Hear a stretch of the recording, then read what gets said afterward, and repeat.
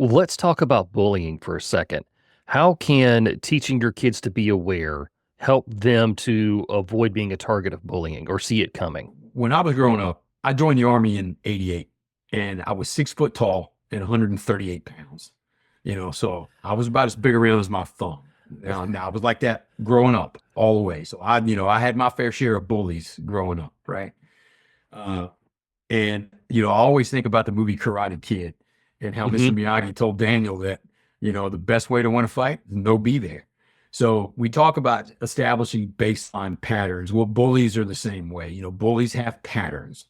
And if you can teach your child to identify those patterns, where's this kid going to be when, right? If you know they're going to be there and when they're going to be there, then don't be there, right? So there's just, I think at that age, when the bullying thing is Mhm. kind of so prevalent in their life at school that it's important for them to understand the the ways to get around it. The avoidance techniques I think are the most important thing. However, we were talking about earlier, as technology progresses, and you look at online bullying now, and that is the most ruthless, relentless.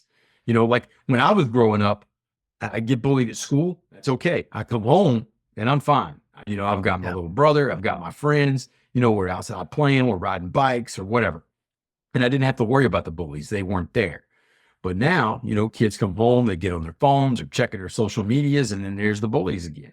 So there's really not, and my children dealt with that when they were in high school because social media at that point had kind of blown up, and they did have cell phones and, they were prone to that type of thing. So at that point, it's more about the communication piece again than it is the avoidance techniques that you want to teach them when they're physically confronted by a bully. Mhm. So Yeah, that's a great point, man. Like bullying it's almost 24 hours now. It's almost everywhere because it can happen, at school, it can happen online just like you were talking about. So, yeah, again, and also like you're an observant person.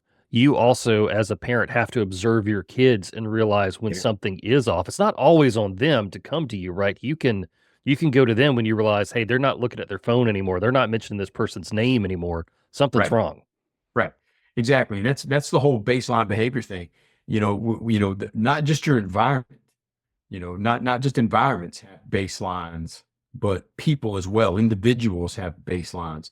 Like I know people that are just always angry, and if I ever saw that person and they were happy, I would think something was off. So, they're violating their own baseline behavior. And it's the same thing with your kids.